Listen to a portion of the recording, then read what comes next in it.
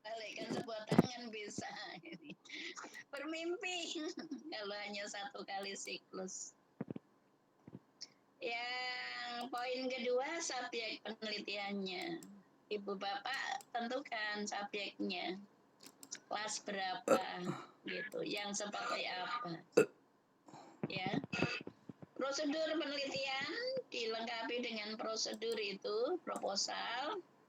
Di prosedur itu diurai lagi, setting tadi secara garis besar global, tapi kalau di prosedur itu sudah dirinci lagi gitu. Planningnya seperti apa, sekali, 2 kali, 3 kali itu sudah di planning Ibu Bapak. Kalau dirasa 2 kali udah cukup, ya planningnya aja dengan buat 2 kali, jangan dibuat 3 kali begitu. Kan bisa diramalkan begitu. Guru tuh pintar meramal kok. Ya toh. Gih Pak Budi. Ya, Prof. Guru tuh pintar meramal gitu. Prosedur berikutnya adalah pelaksanaan tindakan itu. Jadi pendampingan ya, benar-benar mengamati, benar-benar melakukan observasi bagaimana peserta didik yang diamati, sikapnya seperti apa, ada behavior opting-nya, nggak ada perubahan nggak antara sebelum dan sesudahnya, sikap yang dimunculkan seperti apa, kemudian sikap-sikap negatifnya seperti apa, sikap-sikap positifnya seperti apa, itu semua diamati dengan pedoman observasi, membuat pedoman observasi sesering mungkin berapa kali gitu. Ada kriteria yang sudah dibuat. Ibu Bapak masih lanjut ya? Masih, Prof. Prosedur itu ada Masih, Prof. dievaluasi Ibu Bapak. Nggih, dievaluasi. Kayak di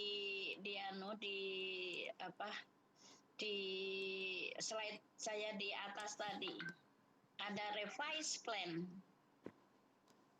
Artinya apa itu? Perencanaan yang kita rencanakan 1 kali kalau memang belum memenuhi syarat indikator keberhasilan, harus ada lagi plan, re-plan, re-action, re-observation, dan re-refleksi. Direfleksi ulang kembali, di planning kembali, diobservasi kembali 2 kali gitu. Sekali belum begitu mendapatkan apa yang dibutuhkan. Oh 2 kali, 2 kali juga belum mendapatkan sesuatu yang diharapkan. Oh 3 kali gitu. Sampai dilakukan revisi sampai sesuai dengan indikator yang panjenengan kersake harapkan. Data dan sumber data ini juga harus diungkap secara detail. Kita ketika melakukan tindakan itu ada 2 data yang kita kumpulkan, yaitu Bapak sekalian. Data yang bersifat kuantitatif dan data yang bersifat kualitatif. Kalau kuantitatif sudah jelas itu bisa dicatat dengan sebuah catatan dan merujuk pada pedoman pengamatan. Tapi yang kualitatif ini loh, ketika dia menjawab dengan muka yang asem, itu kita akan mendapatkan bahwa sikap-sikap dari responden ini menunjukkan sikap kurang bersahabat kan begitu. Ini akan nampak. Jadi apa kata Pak Sapa tadi pagi itu yang menyatakan daring memang sulit dideteksi tentang sikap dan perilakunya karena sifatnya adalah sulit diamati kan begitu. Caranya pun juga sulit terdeteksi. Pakar seorang profesor dari Universitas Pendidikan Bandung UPI itu juga beliau mengalami sebuah kesulitan untuk mendeteksi tentang sebuah penelitian sikap ketika perkuliahan daring gitu, sulitnya. Saya pun juga sulit, sama itu idem gitu. Data, kalau data berupa angka bisa ibu bapak dikonverkan tabulasikan begitu. Kalau kuali bisa berupa ini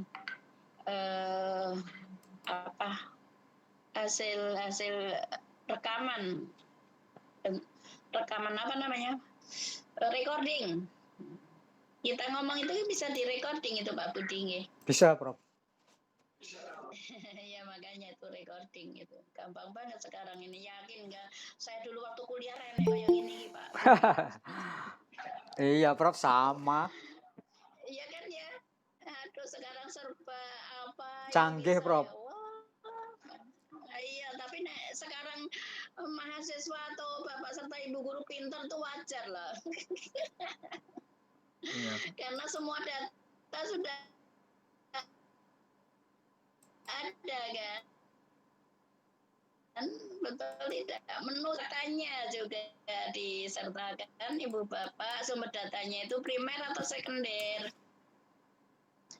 Kalau primer itu adalah orang yang kita jadikan responden itu kita wawancari dan kita kumpulkan datanya, kita tanyakan menurut draft yang kita sudah buat. Kalau sekunder adalah di second, orang kedua, temannya ibu bapak ya dari murid itu gitu. Sumber datanya harus disertakan ibu bapak. Kemudian teknik dan instrumen pengumpulan data juga disertakan. Biasanya kalau penelitian PTK maupun PTBK itu menggunakan model observasi, wawancara, pelengkapnya adalah angket dan dokumentasi. Semua data, semua teknik itu digunakan sebagai alat instrumen pengumpul data. Cuman kalau PTK ini untuk analisis validitas dan reliabilitasnya sulit. Nanti analisis validitasnya menggunakan judgments. Artinya menggunakan para pakar ahli yang membidangi judul yang ibu bapak buat begitu. Kalau mahasiswa saya penelitian kuali itu mesti judgementnya adalah dosen pembimbingnya karena tahu menguasai. Baru yang expert ini para ahli IT misalkan. Kalau penelitian tentang IT ya harus orang yang benar-benar memiliki background sarjana IT, nggak boleh sembarang orang begitu.